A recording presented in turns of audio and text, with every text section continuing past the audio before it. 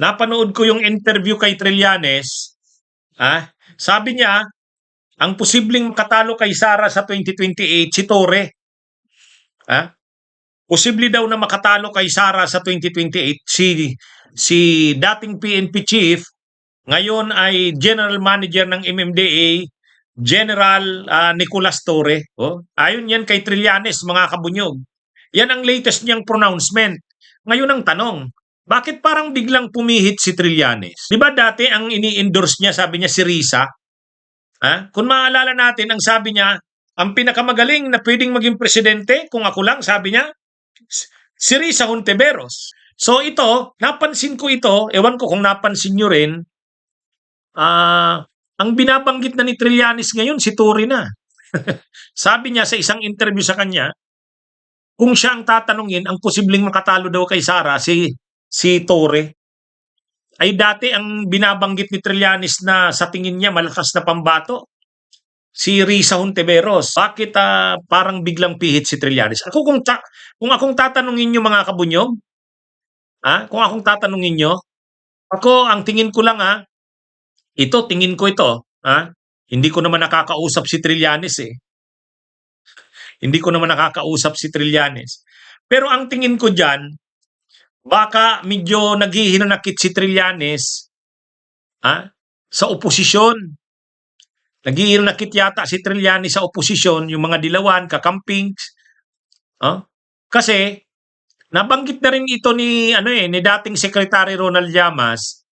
Sabi niya, ni Llamas, si Leni kasi daw tinanong kung tatakbo uling presidente sa 2028.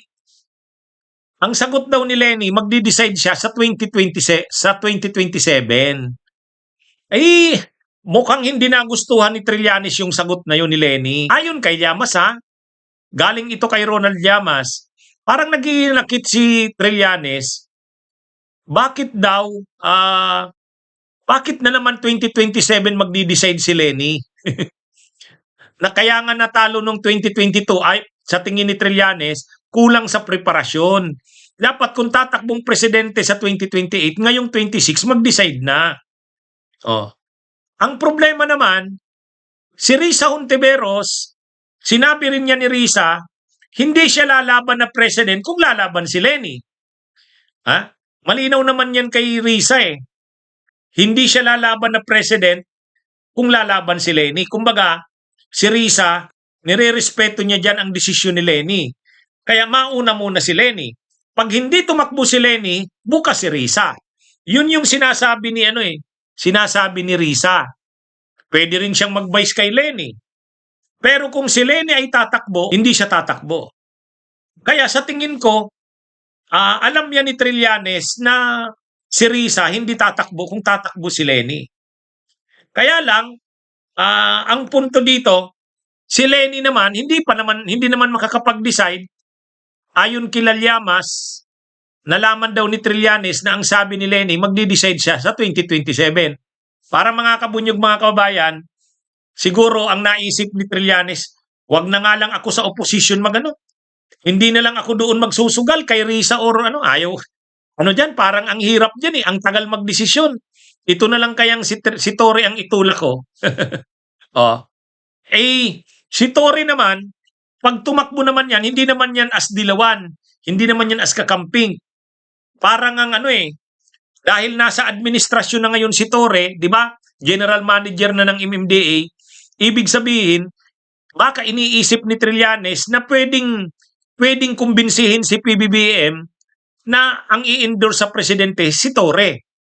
Mayroong iba dyan na nagsasabi sa gabinete ni PBBM na posible rin silang magtumakbo. Halimbawa, si John B. Cremulya. May nagsasabi din si Vince Dizon. May nagsasabi rin si Gibo Teodoro. Yung mga loyalista naman, pinuplot naman ngayon si Irene Marcos Araneta. Ngayon, si Trillanes, para sa kanya, itutos up niya si Torre. Baka imanok ni Marcos. Mga kabunyog, mga kabayan. So parang kay Trillanes, kung si Risa kasi yung itutulak niya, nakadepende ang pagtakbo ni Risa kay Leni. Tapos si Leni naman, nakadepende rin sa 2027. Kaya parang Siguro sumakit ang ulo ni Trillanes kaiisip. Si Risa alam niyang ang pagtakbo ni Risa nakadepende kay Leni. Tapos si Leni naman nagsabi na magdi-decide daw 2027. Medyo naghinanakit si Trillanes. Bakit naman ganun? Ha? Kaya anyway, hindi naman sinasabi ni Trillanes yung ganung rason. Ako lang, ganun lang yung tingin ko. Ha?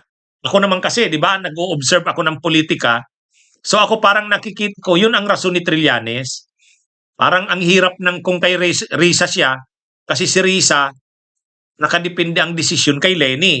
Tapos si Leni naman, nakadepende ang desisyon sa 2027 pa. So para kay Trillanes, ang tagal pa niyan. Hindi niya naman makukumbinsi si Risa na tumakbo kahit hindi mag-decide si Leni. Kasi si Risa, respeto niyan si Leni. Kaya, para kay Trillanes, baka iniisip niya, parang walang kasiguraduhan si Risa eh. Dito na lang ako kay Torre. Kasi si Trillanes, hindi naman Leni eh. Ayaw niya kay Leni eh. Ha? Ayaw niya kay Leni. Kaya lang, alam niya na si Risa, hindi naman magdi-decide na tatakbo kung tatakbo si Leni. Hihintayin ni Risa ang desisyon ni Leni. Ayaw ni Trillanes noon. Para kasi kay Trillanes, gusto niya, desisyon na ngayong 2026. Kasi ang layo na ng 2027. Oh, yan yung lagi niyang inuulit-ulit eh. Oh, anyway, o baka ano lang naman, pinoplot niya lang si Torre, tinitingnan niya anong reaksyon. Ha? Oh. Anyway, yan mga kabunyog, mga kabayan, ano ito, si Trillanes, nag-i-explore kasi si Trillanes, lininaw niya naman eh. Siya, ang kanyang preoccupation ngayon, nakatutok siya sa paghahanap ng kandidatong tatalo kay Sara. Kasi para sa kanya, ang kanyang focus ngayon, focus lang siya. Isa lang ang kanyang focus ngayon, Duterte. Para kay Trillanes, yan yung kanyang lahat ng kanyang gagawin para hindi makabalik ang Duterte sa poder. Lalo na si Sara, hindi dapat manalo. So, kaya ginagawa ni Trillanes ang lahat para hindi makabalik si Sara. Hindi makabalik ang Duterte. Hindi manalo si Sara. Ngayon, gusto ni Trillanes ang oposisyon maaga pa maghanda na. Gusto niya ang oposisyon maaga pa maghanda na. Kasi para sa kanya, yung pagkatalo ng 2022 ni Leni, ang isang malaking factor doon ay yung hindi nakapaghanda ng maaga. Ha? Kaya ang ni Trillanes, dapat maghanda na ng maaga pa ang oposisyon. Ang problema, si Risa handa. Sabi ni Risa, ako kung presidente okay lang, vice president okay din lang. Kung walang kandidatong oposisyon, handa ako. Si Risa handa. Kaya lang, alam naman ni Trillanes na ang desisyon ni Risa nakadepende kay Leni.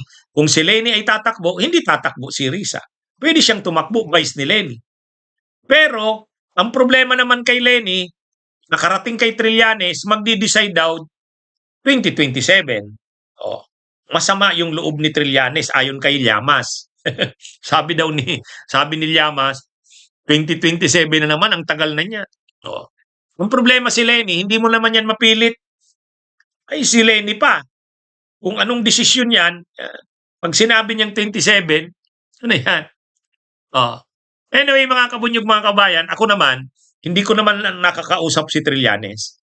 Hindi ko rin nakakausap si Leni. Ako, ito lang yung naobserbahan ko. Parang naghahanap si Trillanes ng posible pang pambato. Parang naghahanap siya. At kung si Risa ay hindi tatakbo, dahil nakadepende kay Leni ang desisyon, pinuplot ngayon ni Trillanes itong si Torre. Ayan. Ano sa tingin niyo, mga kabunyog? Ano sa tingin niya? Bunyog, bunyog, halikan na kasama ka. Bunyog, kapag buklod ay may pag-asa. Luzon, Visayas, Mindanao, isa ang pananaw.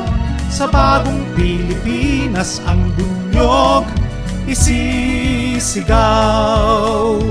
Bunyog.